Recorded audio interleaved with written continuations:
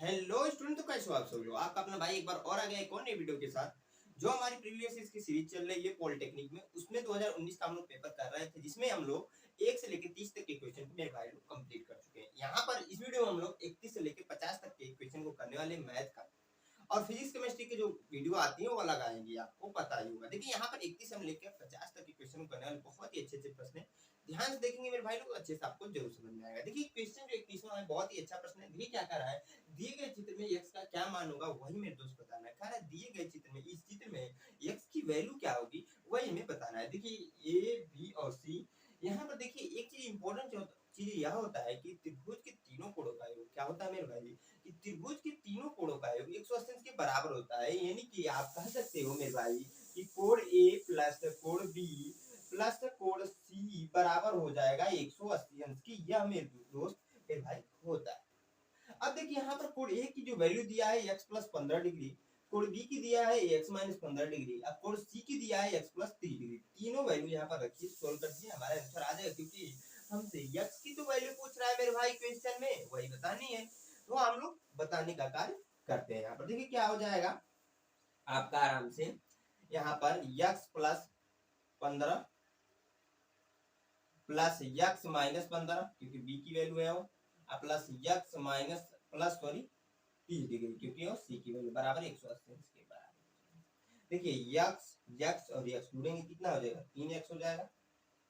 3x plus 15 है minus 15 तो आपका 0 ही हो जाएगा। प्लस बच रहा है 30, तो प्लस 30 हो जाएगा यहाँ पर बराबर 180 अंश मेरे दोस्त। अब देखिए इसको हम लोग इधर ट्रांसफर कर देंगे। ट्रांसफर करने के बाद देखिए क्या आता है, 3x बराबर हो जाता है 180 माइनस 30, घटेगा तो 150 हो जाएगा यहाँ पर 3x की वैल्यू। अब देखिए इसको आगे सॉल्व करेंगे तो x बराबर हो जाएगा मेरे दोस्त 180, सॉरी यहाँ पर थोड़ा सा मिस्टेक हो रहा है, 150 होगा।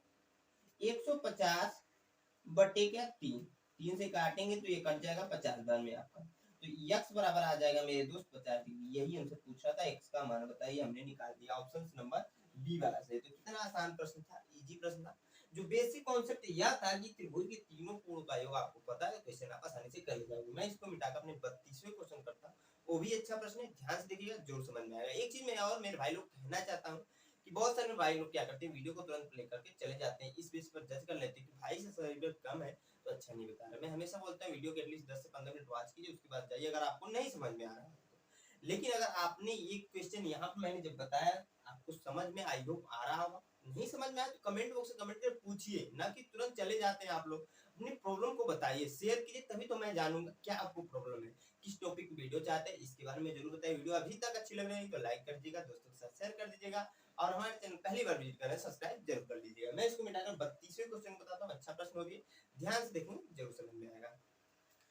हाँ दोस्तों, जो हमारा अगला 32वां क्वेश्चन है बहुत ही अच्छा प्रश्न है। देखिए क्या कह रहा है क्वेश्चन में कि बिंदु 2 का -2, दूसरे में क्रम दिया है 14 का 10 तथा तीसरे में क्रम दिया है 11 का 13। एक त्रिभुज के शीर्ष है, तो कोई त्रिभुज है उसका शीर्ष है तीनों, तो त्रिभुज है, इसमें से बताना है कि समद्विबाहु त्रिभुज है कि विषमबाहु त्रिभुज है कि समकोण त्रिभुज है कि इनमें से कोई नहीं। देखिए कंडीशंस जो दिया है यहाँ पर, समद्विबाहु में होता क्या, सबसे पहले यह जानिए। समद्विबाहु में होता है कि दो भुजाएं समान होती है। क्या होती है, दो भुजाएं समान होती है। दो कह सकते हैं कि दो भुजाएं भुजाएं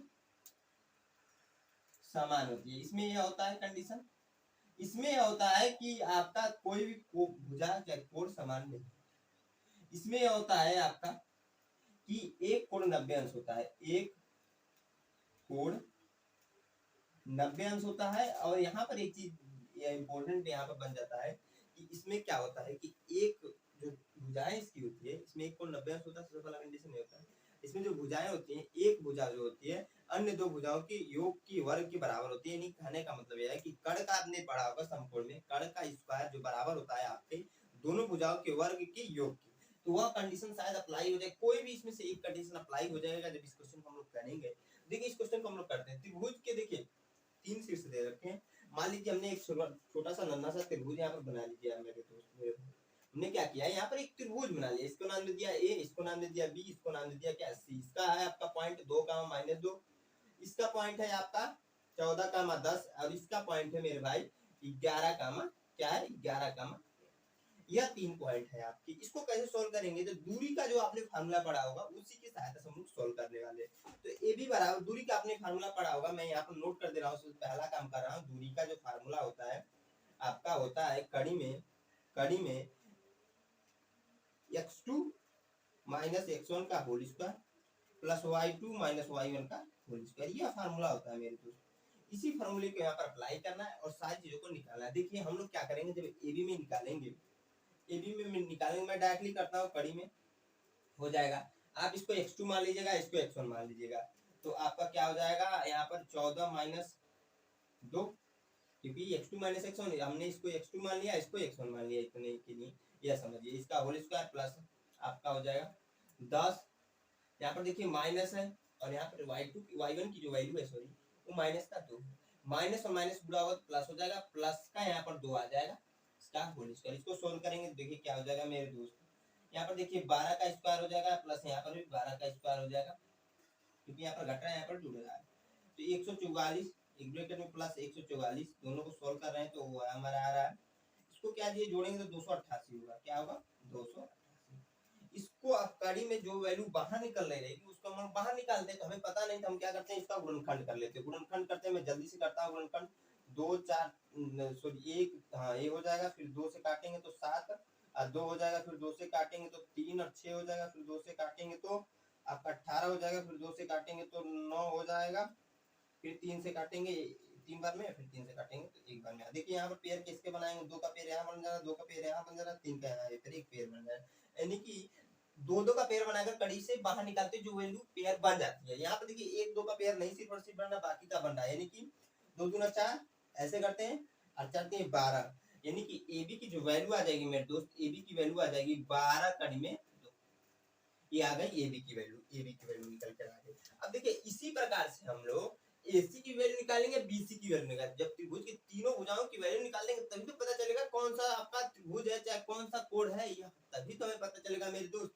तो वही क्या हम लोग करते हैं। देखिए अब हम क्या कर रहे हैं, इसकी वैल्यू निकालना है AC की। AC बराबर हमने पढ़ा है, यह भी फार्मूला यहाँ पर भी अप्लाई होगा। इसको आप लोग x1 मान लीजिएगा, इसको आपको क्या मानना है x2, इतना ध्यान रखिए। जब मानेंगे तो 11 माइनस 2 का स्क्वायर प्लस, मैं डायरेक्टली जल्दी से करता हूँ, 13 माइनस प्लस हो जाएगा यहाँ पर 2 का स्क्वायर, यहाँ पर सोल्व कर देंगे, देखिए क्या हो जाएगा 81 हो जाएगा। मैं डायरेक्टली कर रहा हूँ, इसमें से घटाकर 9 आ रहा है, 9 का वर्ग 81 होता है, प्लस यहाँ पर जुड़ेगा तो 15 हो जाएंगे, 225 हो जाएगा। इसको सोल्व कर देंगे, देखिए क्या हो जाएगा, यहाँ पर जुड़ेगा तो 5 1 6 में कुछ नहीं, 2 और 8 10 हाथ में 1 और 2 1 3, 306 आ गया। इसको सोल्व कर लेते हैं, इसका भी सेम वही काम करेंगे मेरे दोस्त, क्या करेंगे वही काम करेंगे। 306 का गुणनखंड कर दें हम लोग तो देखिए क्या हो जाएगा, 2 से कटेगा, 3 से पहले काटिए जाएगी, इसको काटने के लिए आसानी से 3 0 2, फिर 3 से काटेंगे तो 9 3 आपका आएगा 3 चौको 12, फिर 2 से काट लीजिए, अब 3 से कटेगा नहीं तो 17 आ जाएगा, क्योंकि देखिए अब इसके बाद 17 से ही कट रहा है, यानी कि 34 में कड़ी आपकी बचेगी, यानी कि कड़ी में जो वैल्यू आएगी मेरे दोस्तों 34 आएगी। कहने का मतलब ये है, तो AC बराबर हमें यहाँ से कह सकते हैं कि 3 कड़ी में 34 आ गया इसकी वैल्यू। अब देखिए इसी के सहायता से हम लोग क्या करें, BC की वैल्यू निकाल रहे हैं, तो BC की वैल्यू इसी अनुसार निकाल रहे हैं, तो कड़ी में जो वैल्यू आएगी क्या आएगी, देखिए हमने क्या किया यहाँ पर, इसको x1 मान लिया, इसको x2 मान लिया, यह कंडीशन मानकर चलिएगा। तो मैं इसको क्या करता हूँ, 14 माइनस 11 हो जाएगा यहाँ पर स्क्वायर प्लस 10 माइनस 13 का स्क्वायर। अब देखिए इसको सॉल्व कर लेंगे, आंसर हमारा आ जाएगा, यहाँ पर स्क्वायर है, देखिए इसमें घटेगा 3 हो जाएगा, 3 का वर्ग 9 होगा, प्लस यहाँ पर भी माइनस का 3 होगा, 3 का वर्ग 9 होगा, यानी कि 18 हो जाएगा। कड़ी में वैल्यू आ जाएगी 18, यानी कि 3 कड़ी में 2 यहाँ से भी हो जाएगा, आपकी वैल्यू जो निकल कर आ गई। अब इसी को सोल्व कर दीजिए, आंसर आ जाएगा। देखिए अब कोई भी जो भुजा है आपको बराबर नहीं आ रही है तो आप विषम बाहु त्रिभुज कहते हो, लेकिन एक कंडीशन यहाँ पर सेटिस्फाई हो जाएगा, समकोण हो जाएगा, जिसकी वजह से क्या कि हमने पढ़ा है, हमने पढ़ा हुआ कड़ का स्क्वायर यानी कि AC का स्क्वायर बराबर क्या होता है, लंब का स्क्वायर प्लस आधार का स्क्वायर, यानी कि AB का स्क्वायर प्लस BC का स्क्वायर कर सकते हैं हम लोग। AC स्क्वायर की वैल्यू क्या है, AC की वैल्यू क्या है आपका, यहाँ पर देखिए आपका है 3 कड़ी में 34, 3 कड़ी में 34 का स्क्वायर हो जाएगा। AB स्क्वायर यानी कि 12 कड़ी में 2 का स्क्वायर, और BC स्क्वायर क्या है, 3 कड़ी में 2। इसी को सोल्व कर दीजिए, आंसर आ जाएगा मेरे दोस्त। देखिए यहाँ पर हो जाएगा, इसको सोल्व करते हैं ना, देखिए 9 हो जाएगा क्योंकि स्क्वायर है, और कड़ी से कड़ी का गुणा 34 तो 34 बाहर निकल जाएगा। यहाँ पर हो जाएगा 306 डायरेक्टली मैं कर दे रहा हूँ। यहाँ पे देखिए ये 288 हो जाता है, इसको सॉल्व करेंगे तो इसको सॉल्व करेंगे तो आपका तृतीय आपका यहाँ पर भी 18 हो जाएगा। इसको सोल्व करेंगे तो 306 यहाँ पर भी आ जाएगा, 306 यहाँ पर आ जाएगा। यानी कि यह जो कंडीशन है वो सेटिस्फाई यह कर रहा है कि कर्ण का स्क्वायर बराबर होगा लंब का स्क्वायर प्लस आधार के स्क्वायर के योग की। तो वह कंडीशन समकोण में होता है, जिसकी वजह से यह आपका समकोण त्रिभुज ऑप्शन नंबर सी वाला सही है। तो देखिए बहुत ही इंपॉर्टेंट और लंबा प्रश्न था, थोड़ा सा लेंदी प्रश्न था, लेकिन चीजों को ध्यान से जब तक नहीं देखोगे तब तक समझ में नहीं आएंगी। तो चीजों को बहुत जरूरी है ध्यान से देखो। जो चीजें मैं यहाँ पर बता रहा हूँ, जो आपको सिखा रहा हूँ, वो सीखने की प्रयास कीजिए। मैं इसको मिटाकर अपने 33वें क्वेश्चन करता हूँ, अच्छा प्रश्न भी ध्यान से देखें, जरूर समझ में आएगा।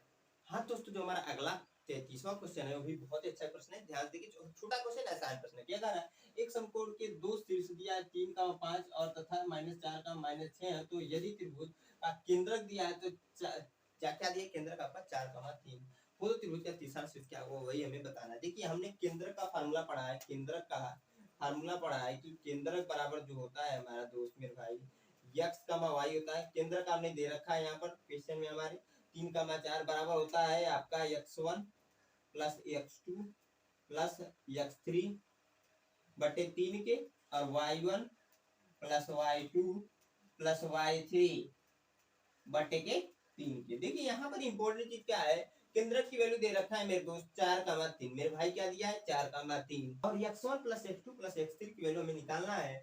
हम जो वैल्यू ज्ञात करना है हम मान रहे हैं वो आपका h और k निकालना है, h और k।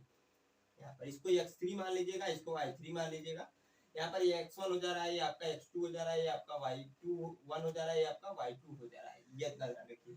आपका देखिए x1 3 है, x2 -4 है, यानी कि 3 - 4, यहाँ पर x3 h है, h बटे। सेम काम यहाँ पर करेंगे y1 plus y2 plus y3 में। तो y1 वैल्यू की वैल्यू 5 है तो 5 रखिए, प्लस y2 की वैल्यू क्या है -6, तो वहां पर -6 हो जाएगा, अब प्लस y3 की वैल्यू क्या है k है, तो k रख लीजिए मेरे दोस्त बटे 3। इसी को सोल्व कर दिए, आंसर हमारा आ जाएगा। देखिए कैसे सोल्व करेंगे, 4 का 3 यहाँ पर हो जाएगा। आगे देखिए इसको सोल्व करेंगे तो -1 प्लस h बटे 3 कामा यहाँ पर देखिए -1 प्लस k बटे 3। ठीक है, तुलना करते हैं, कैसे तुलना करेंगे तो 4 बराबर हो जाएगा, इसको कर लेंगे -1 प्लस h बटे 3, इसका इसमें गुणा हो जाएगा, यानी कि आपका हो जाएगा मेरे दोस्त, इधर मैं नोट करता हूँ क्या हो जाएगा, ध्यान से देखिएगा क्या हो जाएगा, ध्यान से देखिए आप। अगर मैं यहाँ पर नोट कर दूं तो देखिए 4 12 बराबर -1 प्लस h, यानी कि h बराबर, देखिए इसको इधर ट्रांसफर करेंगे तो प्लस में 1 हो जाएगा, जुड़ेगा 13 हो जाएगा, यानी कि h बराबर 13 आ जाएगा। एक वैल्यू आ गई। दूसरी वैल्यू इसको तुलना इसके साथ कर दीजिए तो 3 बराबर -1 प्लस k बटे 3, यही तो है आपकी यहाँ पर नॉर्मल सी बात है। इसका इसमें गुणा हो जाएगा तो 9 हो जाएगा, 9 बराबर -1 प्लस k, देखिए यहाँ पर k बराबर भी 10 आ जाएगा। कैसे आ रहा है, तो इसको इधर ट्रांसफर करेंगे तो प्लस का 1 हो जाएगा और जुड़ेगा तो प्लस 9 ऑलरेडी है और 10 हो जाएगा। यहाँ पर देखिए 13 और 10 जो वैल्यू आएगी 13 और 10 आएगी, यानी कि ऑप्शन नंबर बी वाला सही। तो बहुत ही आसान प्रश्न था, मैंने कहा इजी प्रश्न है, इजी था भी। मैं इसको मिटाकर 34वां क्वेश्चन करता हूँ, वो भी अच्छा प्रश्न है, ध्यान से देखेंगे जरूर समझ में आएगा। हाँ दोस्तों, जो हमारा अगला 34 नंबर क्वेश्चन है, ये भी बहुत ही अच्छा प्रश्न है। देखिए क्या कह रहा है, कह रहा है दो बिंदु -3 का 2 तथा -4 का -3, दो बिंदु दिया क्या -3 का 2 और दिया -4 का -3। एक बिंदु कह रहा है -1 y से समान दूरी पर है, तो y का मान क्या होगा, y की वैल्यू क्या होगी, वही मेरे दोस्त मेरे भाई बताना है आपको। देखिए मैं एक थोड़ा सा त्रिभुज बनाता हूँ जिससे क्वेश्चन को समझने में आसानी हो जाएगी। देखिए यहाँ पर क्या हो रहा है, यहाँ पर मान लीजिए कुछ आपका ऐसे बने ना, यहाँ पर कुछ मान लीजिए यहाँ से यहाँ तक दो बिंदु हैं। पहला है आपका -3 का 2, दूसरा है आपका -4 का -3, ये दो बिंदु है। यहाँ से समान दूरी पर मान लीजिए यहाँ पर कोई पॉइंट है, इससे इसको मिला लीजिए, इसको भी मिला लीजिए। आपका यहाँ पर क्या है -1 का y, इसी की वैल्यू बतानी है कि समान दूरी पे है तो y का मान क्या होगा, वही मेरे दोस्त मेरे भाई बताना है। इसके पहले जो हमने 33वां नहीं 32वां क्वेश्चन कराया था, ठीक उसी प्रकार से क्वेश्चन को करना है, ध्यान ठीक उसी प्रकार से क्वेश्चन करना है, बस एक चीज चेंज रहेगा इसमें। देखिए पहले कंडीशन में इसको देखेंगे, इसको मान ले रहे हैं आप लोग ए मान लीजिए, इसको बी और इसको सी। तो AC को देखिएगा, AC बराबर हो जाएगा किसके, AC बराबर हो जाएगा यह भुजा इस भुजा के बराबर होगी, ये कंडीशन होगा। क्योंकि ये समान दूरी पर है, आपको पता है यह यहाँ से यहाँ तक की दूरी, यहाँ से यहाँ तक की दूरी दोनों समान है, तो AC बराबर हो जाएगा किसके, BC के। AC बराबर हो जाएगा BC के। आप फार्मूला अप्लाई कर दीजिए, दूरी का फार्मूला आपने पढ़ा है, हमने बताया भी है अभी इस वीडियो में। 32वां क्वेश्चन हम कर रहे थे, हमने बताया था कि आपका x2 माइनस x1 कर लीजिए, सॉरी यहाँ पर थोड़ा सा अच्छे से मैं नोट करता हूँ, x2 माइनस x1 का whole square plus y2 minus y1 का होल स्क्वायर, ये हमने फार्मूला पढ़ रखा है, इसी को यहाँ पर अप्लाई करना है, सिंपल चीज है। पहले कंडीशन में आप क्या कीजिएगा, इसको मान लीजिएगा x2, इसको x1, तो देखिए क्या हो जाएगा, करीब हो जाएगा आपका -1, यहाँ प्लस 3 हो जाएगा, मैं डायरेक्टली कर रहा हूँ प्लस, क्योंकि देखिए आपको फार्मूले के ऊपर हमें अप्लाई करना है, इसको हमने x2 मानना है, इसको y2 मानना है, इस कंडीशन में इसको आपने यहाँ पर x1, इसको y1, नॉर्मल सी बात है। तो x2 माइनस x1 ने कहा, x2 वैल्यू -1 है और x1 की जो वैल्यू है यहाँ पर ऑलरेडी माइनस है, यहाँ पर -3 दिया है, तो माइनस माइनस प्लस हो जा रहा है, जिसकी वजह से यह हो रहा था। अब देखिए plus y2 minus y1, y2 की वैल्यू y है और y1 की वैल्यू -2 हो जाएगा, यहाँ पर स्क्वायर बराबर, इसके बराबर हम लोग BC की भी तो वैल्यू निकालना है, आप इसको भी x1 मान लीजिएगा, इसको y1 मान लीजिए, यहाँ पर ऐसे ही रहने दीजिए, सेम काम वही करेंगे, तो आपका कड़ी में आ जाएगा यहाँ पर क्या, आपका ध्यान दीजिए -1 और प्लस का 4 का होल स्क्वायर प्लस y और माइनस माइनस प्लस 3 का होल स्क्वायर। अब देखिए इसी को सोल्व कर दीजिए मेरे भाई, आंसर आपका आ जाएगा। कैसे सोल्व करना है, देखिए दोनों को कवर करेंगे, आपका कड़ी हो जाएगी सब। यहाँ पर देखिए इसको घटेगा तो +2 हो जाएगा, 2 का वर्ग 4 होता है, यहाँ पर देखिए फार्मूला लग जाएगा, तो y स्क्वायर हो जाएगा आपका +4 माइनस 4y, फार्मूला नॉर्मली लगा रहे हैं, a माइनस बी के होल स्क्वायर का हम फार्मूला यहाँ पर अप्लाई करके लाए, इतना ध्यान रखिएगा। यहाँ पर सेम काम होगा तो 9 हो जाएगा, क्योंकि देखिए हमने कहा कि दोनों कुछ कवर कर रहे हैं, तो बड़ी आपका समाप्त हो जा रही है। यहाँ पर घट रहा है तो 3 है, 3 का वर्ग 9 हो जाता है, आपको पता ही होगा मेरे दोस्त, 3 का वर्ग क्या होता है, 9 होता है। यहाँ पर देखिए आपका y स्क्वायर हो जाएगा प्लस 9 हो जाएगा, प्लस आ जाएगा आपका 6y। देखिए y स्क्वायर से y स्क्वायर कैंसिल हो जा रहा है आपका, यहाँ पर देखिए 4 और 4 जुड़कर 8 हो जा रहे हैं, और 9 और 9 यहाँ पर जुड़ जाता 18 हो जा रहे हैं, तो यहाँ पर 8 माइनस 4 y बराबर यहाँ पर 18 प्लस 6y। देखिए इसको इधर लेकर चले आइए, इसको इधर लेकर चले जाइए। अब देखिए यहाँ पर क्या हो जा रहा है, जब इसको इधर लेकर हम जा रहे हैं तो देखिए -4y ऑलरेडी आगे है, तो आगे आ जाएगा -6y हो जाएगा। क्यों, क्योंकि यहाँ पर प्लस का 6y इधर आएगा तो माइनस होगा, आपको पता ही होगा मेरे दोस्तों। और यहाँ बराबर की बात हो जाएगा 18 माइनस यहाँ पर, क्योंकि यहाँ पर +8 है तो -8 हो जाएगा। यहाँ पर देखिए जुड़ेगा -10, y हो जाएगा यहाँ पर हो जाएगा 10, तो y बराबर आ जाएगा -1, जो y की वैल्यू आ जा रही है मेरे दोस्त मेरे भाई -1 हो जा रही है, यानी कि ऑप्शन नंबर सी वाला सही है। कितना आसान प्रश्न था, आपको ध्यान लगाने की जरूरत है, बस थोड़ा सा जो चीज बता कुछ समझने की जरूरत है। मैं इसको मिटाकर 35वें क्वेश्चन करता हूँ। अच्छा प्रश्न है, ऊंचाई दूरी से क्वेश्चन है, बेसिकली 35वां जो है अच्छा प्रश्न है, वो भी ध्यान देंगे जरूर समझ में आएगा। हाँ दोस्तों, जो हमारा अगला 35वां क्वेश्चन है बहुत ही अच्छा प्रश्न है। देखिए क्या कर रहा है, एक मीनार के आधार से A तथा B दूरी पर स्थित दो बिंदुओं पर मीनार के शिखर के उन्नयन कोण परस्पर पूरक है, तो मीनार की ऊंचाई क्या होगी। देखिए कहने का मतलब यह है कि मान लीजिए मीनार का आपका क्या है, आधार है, यहाँ पर वो मीनार का शिखर है आपका क्या है, यहाँ पर मीनार का शिखर कुछ ऐसा ही मीनार होता है, आपका पता ही होगा। ये आपका हमने आधार का ऊपर वाले टॉप पर जो लाइन बन रहा है वो आपका शिखर है, नॉर्मल सी बात है। इसके आधार से दो बिंदुएं स्थित है, मान लीजिए यहाँ पर एक यहाँ पर स्थित है और दूसरी यहाँ पर स्थित है, और कह रहा है इनके आधार से जो उन्नयन कोण बन रहा है परस्पर पूरक हो रहा है। यानी कि कहने का मतलब क्वेश्चन का मेरे भाई यह है, यहाँ से एक मिलेगा, यहाँ से एक मिलेगा। देखिए यह कोण मान लीजिए हमने थीटा है, तो यह कोण की वैल्यू हो जाएगी 90 आपका माइनस थीटा। यह क्वेश्चन में कहने का मतलब है, यह कोण हमने अगर थीटा मान लिया तो यह कोण 90 माइनस थीटा के पूरक कोण करने का मतलब यही है। तो मीनार की ऊंचाई हम मान ले रहे हैं, ये अच्छा ये हमने मान लिया। और देखिए यहाँ पर दिया है आधार से यहाँ तक की दूरी दिया है a, और यहाँ से आपका देखिए कह रहा है एक मीनार के आधार से a तथा b दूरी पर स्थित, यानी कि यहाँ से यहाँ तक की दूरी है b। इसी को सोल्व कर देंगे, हमारा आंसर आ जाएगा। मैं फटाफट क्या कर रहा हूँ, इसको a मान ले रहे हैं, इसको b मान ले रहे हैं, इसको c मान ले रहे हैं, इसको d मान ले रहे हैं। पहले क्या कीजिए, इस बड़े वाले त्रिभुज में देखेंगे, तो बड़े वाले त्रिभुज में आप देखोगे तो क्या हो जाएगा, मैं क्या कर रहा हूँ, tan वाला फार्मूला लगा रहा हूँ, tan थीटा बराबर हमने पढ़ा है कि लंब बटे आपका आधार होता है। यही फार्मूला अप्लाई कर दीजिए, आधार होता है, यही फार्मूला हम लोग अप्लाई करेंगे तो tan 90 माइनस थीटा बराबर, क्योंकि थीटा लंब कोण की जो वैल्यू 90 माइनस थीटा है, अब उसके बाद से h अपान b, इसकी वैल्यू क्या हो जाएगी, देखिए इसका जो होता है 90 माइनस थीटा बराबर होता है cot थीटा, cot थीटा बराबर हो जाएगा यानी कि h बाई बी। इसकी वैल्यू तो हमें नहीं पता है, तो हम क्या कर सकते हैं, यहाँ से इसको ऐसे ही रहने दीजिए। आप दूसरा काम क्या कीजिए मेरे दोस्त मेरे भाई, इसको देखिए यहाँ पर क्या कीजिए, आप लोग कॉट वाला फार्मूला लगा दीजिए। क्या वाला, कॉट वाला। कॉट वाला फार्मूला लगाएंगे, देखिए क्या हो जाएगा आपका, कॉट थीटा बराबर, क्योंकि यहाँ पर ऑलरेडी थीटा ही है तो कोण तो वही होगा, और होता है आपका आधार बटे लंब, यानी कि आधार आपका ए है, लंब एच है आपका। तो देखिए यहाँ पर एक इंपॉर्टेंट चीज क्या है, यहाँ पर भी कॉट है, यहाँ पर भी एक कॉट है, तो आपका क्या हो जाएगी, लेफ्ट हैंड साइड बराबर हो जाएगा।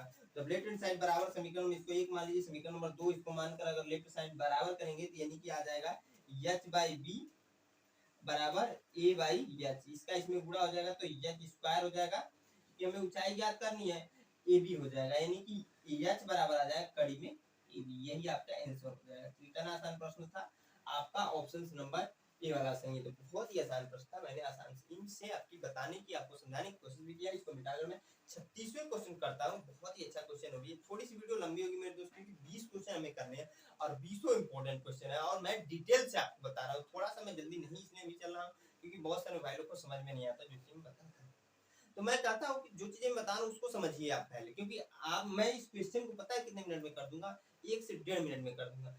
ऐसे 10 फिगर यहाँ पे बन जाएंगे, क्वेश्चन बन जाएगा माइंड में, इतना प्रैक्टिस है। आप लोग भी वैसा कर सकते हो प्रैक्टिस करके, जो क्वेश्चन बता रहा हूँ उसको आप खुद से 2-3 बार लगाइए, देखिए, फिर उसका जो रिजल्ट आएगा ना, उसके बाद उस क्वेश्चन को करने में जो मजा आएगा, जो आप कम टाइम लेंगे ना, उसके बाद कॉन्फिडेंस आपका बढ़ेगा। तो बहुत जरूरी है आपको प्रैक्टिस करना, प्रैक्टिस करते रहिएगा। मैं इसको मिटाकर 36वां क्वेश्चन को, अच्छा प्रश्न भी ध्यान रखेंगे, जरूर समझ में आएगा। हाँ तो स्टूडेंट, जो हमारा अगला 36वां क्वेश्चन है, बहुत ही अच्छा प्रश्न है। देखिए क्या कह रहा है क्वेश्चन, एक वृत्त की दो जीवाएं, कह रहा है एक वृत्त में दो जीवाएं एक दूसरे को समकोण पर काटती हैं, तो दूसरा जो पहला काम करते हैं, जो पहली लाइन बता रहा है क्वेश्चन को, उसको हम लोग यहाँ पर फाइंड आउट करते हैं। बिना चित्र बनाए क्वेश्चन समझ में नहीं आने वाला है मेरे दोस्त, तो उसको हम लोग क्या करते हैं, सबसे पहला जो काम करते हैं, चित्र को बनाते हैं। देखिए यहाँ पर क्या करेंगे हम लोग, चित्र बनाएंगे। कह रहा है एक वृत्त, आपका ये हो गया आपका वृत्त।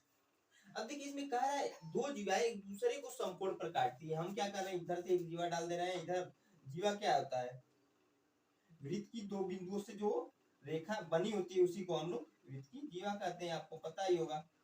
इसके बारे में मैंने बहुत अच्छे से जब इस चैप्टर को पढ़ाया था तो बताया था। मान लीजिए हमने नाम दिया इसका ए, बी इसको हो जाएगा, ये आपका सी हो जाएगा, आपका डी हो जाएगा मेरे दोस्त। अब इसमें कहा क्या रहा है, उनमें से एक जीवाखंड 5 और 6 है। तो मान लीजिए यहाँ से यहाँ तक की डिस्टेंस क्या है, 6 है, और यहाँ से यहाँ तक की डिस्टेंस क्या है, 5 है। हमने यहाँ पर किया, यानी कि यहाँ से यहाँ तक की डिस्टेंस क्या है आपका 6 है। इसका नाम दे दिया सी डी ई हो गया, यहाँ पर नाम हमने दे दिया इसका ई, हमने यहाँ का।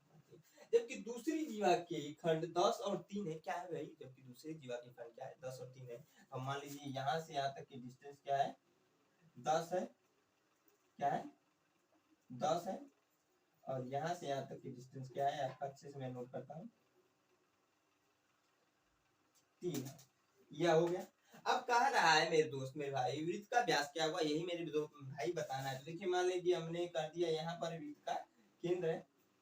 वृत्त का व्यास क्या होता है, जो सबसे लंबी जीवा होती है किसी वृत्त में, वही उसका व्यास होता है, ये आपको पता ही होगा। हम क्या करते हैं, यहाँ से इसको मिला लेते हैं,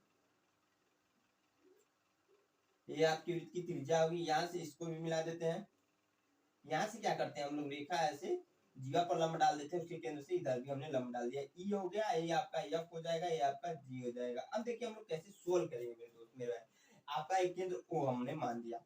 अब देखिए कैसे सोल्व करते हैं, एक चीज आपको पता होगा, किसी भी वृत्त में उसके केंद्र से किसी भी जीवा पर डाला गया लंब उस जीवा को बराबर दो भागों में बांटता है, बराबर दो भागों में बांटता है। कहने का मतलब यह हो जाएगा मेरे भाई, आपका मान लीजिए हमें ए जी बराबर हम कह सकते हैं, ए जी बराबर हम कह सकते हैं half half half A B के। क्या हमने कहा कि ए जी बराबर हम कह सकते हैं हाफ ए बी के, क्योंकि हमने कहा किसी भी वृत्त में उसके केंद्र से किसी जीवा पर डाला गया लंब उस जीवा को बराबर दो भागों में बांटता है, बराबर दो भागों में, मतलब कहने का मतलब इसकी दूरी जितनी होगी ना उतनी दूरी यहाँ से यहाँ तक की होगी, इतना समझ जाइए। बस यहाँ फिगर में दिख नहीं रहा लेकिन ये प्रूव हो चुका है। और इसी के साथ हम ये भी कह सकते हैं कि CF बराबर हो सकता है, CF बराबर हो सकता है सेम ऐसे ही आपका हाफ CD के। अब देखिए हम लोग यहाँ से क्या कर सकते हैं, AG की वैल्यू कैसे निकाल देंगे, तो AB की वैल्यू पता है आपको, AB की वैल्यू क्या है 10 और 3 कितना 13/2 और आपका यहाँ से CF की वैल्यू आप निकाल सकते हो कैसे, CF की वैल्यू भी आपको पता हो जाएगी कैसे 6 5 11 11/2 वैल्यू निकल गई आपका, यहाँ से यहाँ तक की वैल्यू निकल गई और यहाँ से यहाँ तक की वैल्यू निकल गई। देखिए हम वैल्यू निकाल क्यों रहे हैं, यह चीज इंपॉर्टेंट चीज है, क्योंकि देखिए हमें यहाँ पर त्रिज्या की वैल्यू निकालनी पड़ेगी, उस वृत्त में त्रिज्या की वैल्यू निकालनी पड़ेगी उसका व्यास की वैल्यू निकालने के लिए, क्योंकि हमें पता है कि आपका त्रिज्या का दुगना हो जाएगा व्यास, ये आपको पता ही होगा। तो वही काम हम लोग कर रहे हैं। देखिए यहाँ पर आप बहुत ही आसानी से इसकी वैल्यू अगर हम निकल गई है, अगर इसकी वैल्यू हम लोग निकाल दें इस वाली की, तो देखिए आपका पाइथागोरस का थ्योरम लग जाएगा क्योंकि 90 अंश का कोड पर है, तो आपकी इसकी वैल्यू निकल जाएगी। तो हम इसकी वैल्यू कैसे निकालेंगे इसकी वैल्यू, क्योंकि मेरे दोस्त मेरे भाई हमने इसकी वैल्यू निकाल दी यहाँ से यहाँ तक, यहाँ से यहाँ तक की वैल्यू दिया है क्या, ध्यान समझिएगा 10 दिया है। तो इस पूरे वैल्यू में से यानी कहने का मतलब यह है जीई बराबर हो जाएगा आपका OF के। हमने मेरे भाई कहा जीई बराबर है OF के, ये तो होगा कंडीशन सेटिस्फाई कर रहा है। जीई के बराबर क्या कर सकते हैं हम लोग, ध्यान से देखिए, जीई के बराबर हम लोग यह कर सकते हैं क्या, ए पूरी भुजा यहाँ से यहाँ तक, अब माइनस हमने कर दिया, अगर हम पूरी ले रहे हैं तो इसना माइनस कर दें तो यह वैल्यू निकल जाएगी, आराम से निकल जाएगी। तो ए जी के, अब देखिए ए की वैल्यू पता है 10 है, माइनस ए जी की वैल्यू आपको पता है क्या है, ए जी की वैल्यू क्या है 13/2 आई है, इसी को सोल्व कर दीजिए, सोल्व करेंगे क्या हो जाएगा 7/2।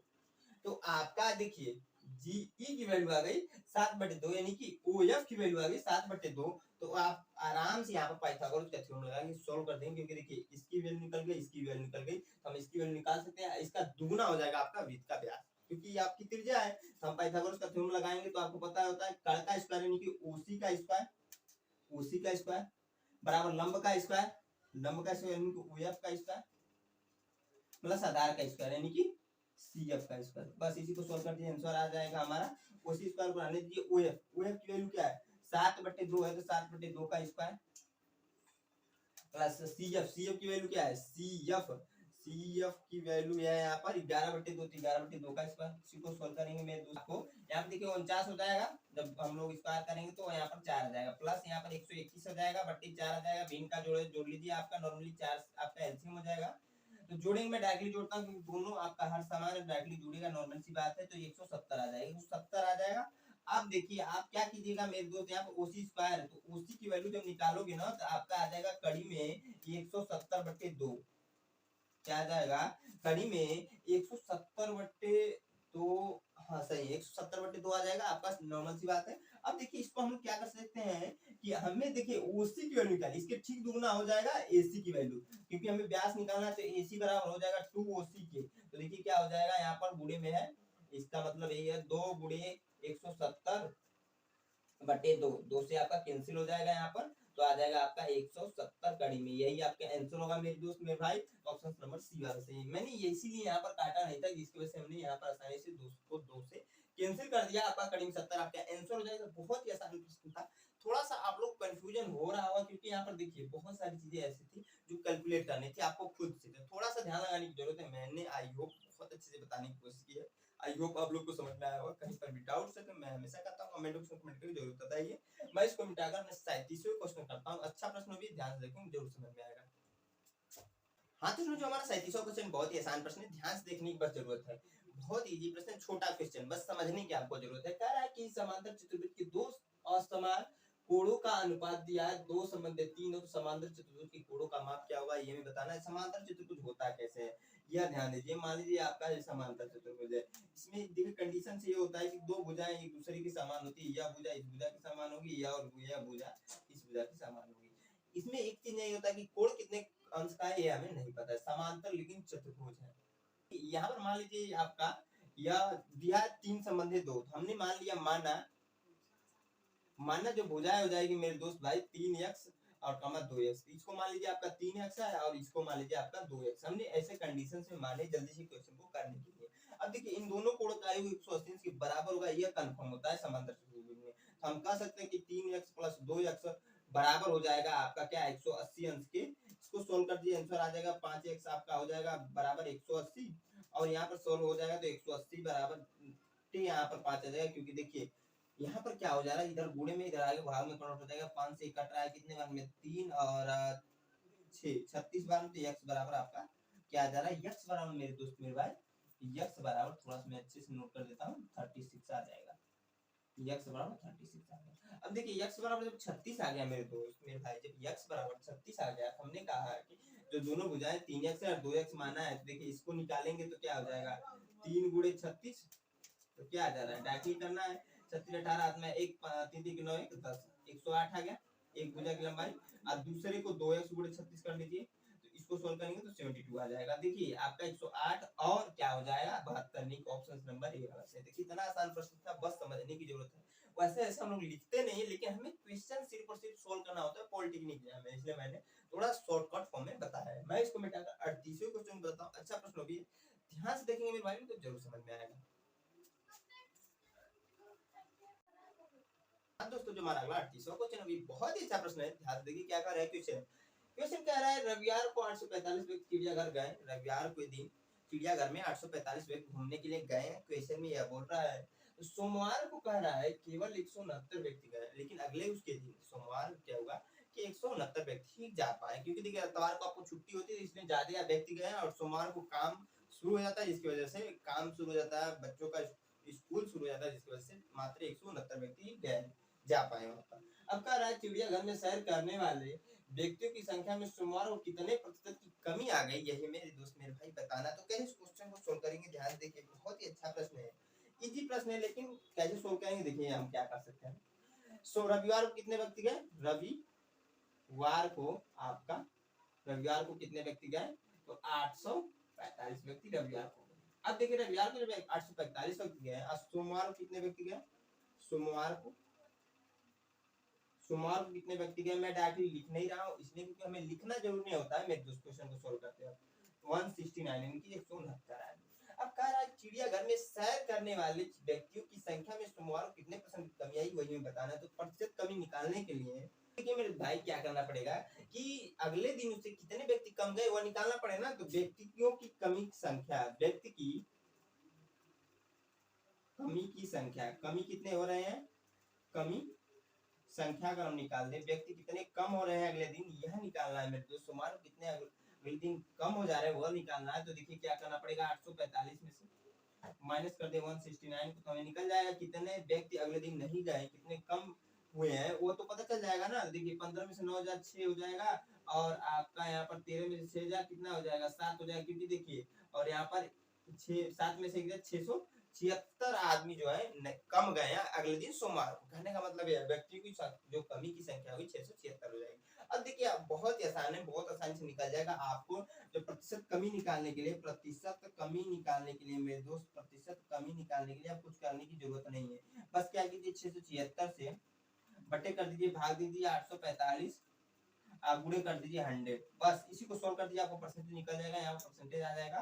देखिए इससे जब इसको हम काट रहे हैं तो 0.8 आ जा रहा है, जब इसका इसमें गुणा हो रहा है तो 80% आ जाएगा, यानी कि 80% कम व्यक्ति गए हैं सोमवार के दिन, यानी ऑप्शन नंबर डी वाला हो जाएगा, क्योंकि यही हमसे पूछा था प्रतिशत कमी बताइए तो वही हमने बता दिया। ये आपका 38वां क्वेश्चन होता है, बहुत ही आसान प्रश्न था। इसको मैं हटाकर मैं 39वें क्वेश्चन बताता हूँ, ये बहुत ही अच्छा प्रश्न है, ध्यान से देखेंगे जरूर समझ में आएगा मेरे दोस्तों। जो हमारा अगला 40वां क्वेश्चन हमने यहाँ पर नोट कर दिया, इसके पहले हमने 38वां क्वेश्चन लिखा था लेकिन वो 39वां क्वेश्चन था, ये ध्यान रखिएगा। ये आपका 40वां क्वेश्चन बहुत ही अच्छा प्रश्न है और मजेदार प्रश्न है। साथ में एक चीज और मैं कहना चाहूंगा मेरे भाई लोग आप लोगों से कि मैं इस वीडियो का ये लास्ट क्वेश्चन, क्योंकि देखिए वीडियो बहुत लंबी हो चुकी है जिसकी वजह से मैं इस वीडियो का एंड करूंगा। बचे हुए 41 से 50 तक के क्वेश्चन को हम लोग नेक्स्ट वीडियो में करने वाले मेरे दोस्त मेरे भाई। देखिए 40वां क्वेश्चन क्या कह रहा है, एक दुकानदार रुपए 2400 में 80 वस्तु खरीदता है, 2400 में 80 वस्तु खरीदता है और उन्हें 16% के लाभ पर बेचता है, और उन्हें क्या करता है 16% के लाभ पर बेचता है। तो एक वस्तु का विक्रय मूल्य बताना है, एक वस्तु का विक्रय मूल्य बताना है। तो हम क्या करेंगे देखिए आपका क्रय मूल्य निकालेंगे कैसे, एक वस्तु का क्रय मूल्य निकालेंगे डायरेक्टली। एक आप वस्तु का क्रय मूल्य कैसे निकालेंगे मेरे दोस्त, क्रय मूल्य कहने का मतलब एक वस्तु का, देखिए 2400 में 80 वस्तु उसने खरीदी है, तो उसमें से एक वस्तु को खरीदने में कितना रुपए लगा है ना, वही आपका क्रय मूल्य होता है मेरे दोस्त। तो वही काम करने वाले हैं यहाँ पर। देखिए 2400 में भाग दे देकर हम 80 से, तो निकल जाएगा, एक शून्य से एक शून्य कैंसिल हो जाएगा, 8 कम 8, 8 या 24, यानी कि 30 रुपया पर वस्तु पड़ा है उसे, 30 रुपए के एक वस्तु उसने खरीदी है इस क्वेश्चन के अनुसार। अब देखिए इसमें क्या कह रहा है कि और उन्हें 16% की लाभ पर बेचता है, तो उस वस्तु का विक्रय मूल्य क्या होगा मेरे दोस्तों। देखिए विक्रय मूल्य निकालने का एक फार्मूला होता है, फार्मूला अप्लाई कर दिए, आंसर तुरंत 1 मिनट में आ जाएगा। विक्रय मूल्य बराबर होता है आपका, विक्रय मूल्य बराबर मेरे दोस्त मेरे भाई होता है, जो फार्मूला होता है आपका यक्स ब्रैकेट में होता है 1 प्लस वाई बाई 100, यही फार्मूला होता है मेरे दोस्त। यक्स जो होता है आपका क्रय मूल्य होता है, वाई जो होता है परसेंटेज, जो आप यहाँ पर 16% की लाभ पा रहे हैं वह होता है। कहने का मतलब है एक्स की वैल्यू क्या है 30 है तो 30 रख लीजिए, 1 प्लस वाई की वैल्यू क्या है 16 है तो 16 रख लीजिए, बटे 100 कर लीजिए। इसी को सॉल्व कर दिए आंसर हमारा आ जाएगा 30। अब देखिए इसका, इसमें देखिए यहाँ पर जोड़ेंगे तो देखिए भिन्न का जोड़ है, नॉर्मली जोड़ेंगे तो आपका गुणे में आ जाएगा 116 बटे 100, जोड़ने पे यही आएगा, आप लोग जोड़ लीजिएगा, ध्यान से जोड़ेंगे, कहीं पर मिस्टेक नहीं करें तो कोई दिक्कत होगा नहीं। अब देखिए एक शून्य से एक शून्य आपका कैंसिल हो जा रहा है, एक शून्य से एक शून्य कैंसिल होगा कि नहीं मेरे दोस्त। अब क्या कीजिए इसका इसमें गुणा कर लीजिए, 36 18 हाथ में क्या एक, 3 एकम 3 एक 3 एक 4 हाथ में कुछ नहीं, 3 एकम 3, हमने क्या किया 3 का 116 में गुणा किया 348 आ जाएगा, अब बटे 10, आपको इसको सॉल्व करेंगे तो क्या आ जाएगा 34.8 रुपए, यही आपका आंसर हो जाएगा, क्योंकि हमसे पूछ रहा था। यानी कि कहने का मतलब यह है, जब उस व्यक्ति ने 16% की लाभ पर किसी भी वस्तु को बेचा, तो उसे बेचने पर जो मूल्य आया 34.8 रुपए, यानी 34.8 रुपए, यानी 14 रुपए समथिंग पड़ रहा है। तो आई होप आप लोग को एक क्वेश्चन समझ में आया, कहीं पर भी डाउट है तो हमेशा कहता हूँ कमेंट बॉक्स में कमेंट के जरूर पूछिए। तो मैं अपनी वीडियो का एंड करूंगा, वीडियो बहुत लंबी हो चुकी है, इसकी वजह से मैंने इस वीडियो का एंड कर दिया। नेक्स्ट वीडियो हम लोग 31 से 50 तक के क्वेश्चन करेंगे, मात्र 10 क्वेश्चन रह गए हैं इस 2019 के प्रीवियस ईयर सीरीज में। यह हमारा तीसरा साल का प्रीवियस ईयर सीरीज है। कहने का मतलब यह है मेरे दोस्त 2020 और 21 हमने ऑलरेडी कंप्लीट कर चुके हैं हम लोग, 2019 को कंप्लीट करने वाले मैथ की सीरीज को। फिजिक्स केमिस्ट्री हम लोग नहीं पढ़ पा रहे हैं क्योंकि हमारे पास समय नहीं हो पा रहा, आप लोग का सपोर्ट नहीं मिल रहा है, दोस्तों के साथ शेयर नहीं आप लोग करते हैं, तो मैं कैसे लेकर आऊं आप लोग को। देखिए जब वीडियो आते हैं ना, मोटिवेशन मिलते हैं वीडियो बनाने के लिए, तो आप लोग सिंपल चीज है, वीडियो को शेयर कीजिए, ज्यादा से ज्यादा दोस्तों तक पहुंचाइए, क्योंकि अगर आप व्यू आएगा तो वीडियो बनाने में मजा आएगा। तो अगर हमारे चैनल पे पहली बार आप विजिट कर रहे हैं तो हमारे चैनल को सब्सक्राइब जरूर कीजिएगा। तो जय हिंद दोस्तों।